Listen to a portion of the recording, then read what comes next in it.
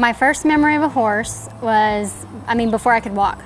I was set on the horses, they led me around, my mom, my dad both. We had horses growing up on my grandparents' farm, so I was on a horse probably in my mom's belly.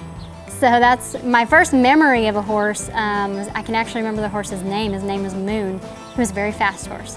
But I remember as a little girl, my mom putting me on him all the time. So I've been on a horse since I could even walk.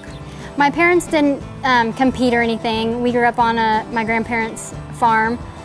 So we ran the horses all around there. They used the horses more to gather cattle, and we went to play days and the saddle club in Colorado, and that's kind of where I started my barrel racing and all those other events, speed events. That's where my adrenaline rush for speed events grew as a little girl.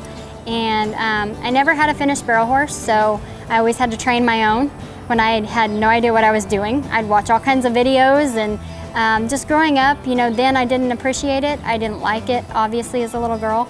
But now I so appreciate that I had to do everything on my own. I appreciate them giving me a horse and saying, here, what can you do? And making my own horses. That was fun. That's what I love to do now. So it's part of who I am. As a young girl, I knew I wanted to move to Texas because that's where all the horses were. And that's where the rodeos were, that's where the training was. And I was very blessed to move to Texas and get to work for some cutters, some polo players, some reiners. That really developed my feel for a horse. My stepdad growing up actually threw me on, he trained horses, AQHA horses. So when I was about 12, 13 years old, I got to get into that with him. He would throw me on the colts, and he taught me all the foundational training tools. So then I moved to Texas, went to college, and tried the college rodeo a little bit, and I decided to college rodeo on a colt was not a good idea. So I finished my degree and then decided that I wanted to pursue training. Really didn't know what I was doing, but I took a lot of different horses, rope horses, whatever horses I could get, and train them, and just rode with a lot of people and talked to a lot of people, and still learning today, but definitely developed that want to train.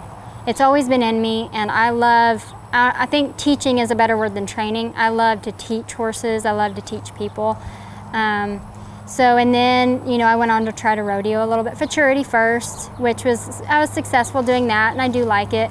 I love to rodeo, so that's what I do now professionally, and I still train. I love to train, so that's something that'll always be a part of me, is teaching those young horses, building confidence in them. I love taking a young horse that knows nothing and teaching them, so that's just a part of who I am. Well, this year has been a huge goal accomplishment. I wanted to make the finals. I wanted to make the NFR before I was 30 years old. I'm actually not 30 yet. I will be 30 in October, so I have made it. That was a huge goal of mine, and actually on one of the horses that I trained, so that's fun. That was a goal of mine also. For the next 5 to 10 years, goal-wise, I want to, Ty and I want to keep our program going to train our own babies and be able to rope and run barrels and sell those solid, good-minded horses. That's been a goal of ours forever. And then his coaching. We want to be able to be on the road and rodeo, which is my passion, and we want to help people, and he coaches, does life coaching. So our goal for the next 5 to 10 years is keep on rodeoing and just build our business.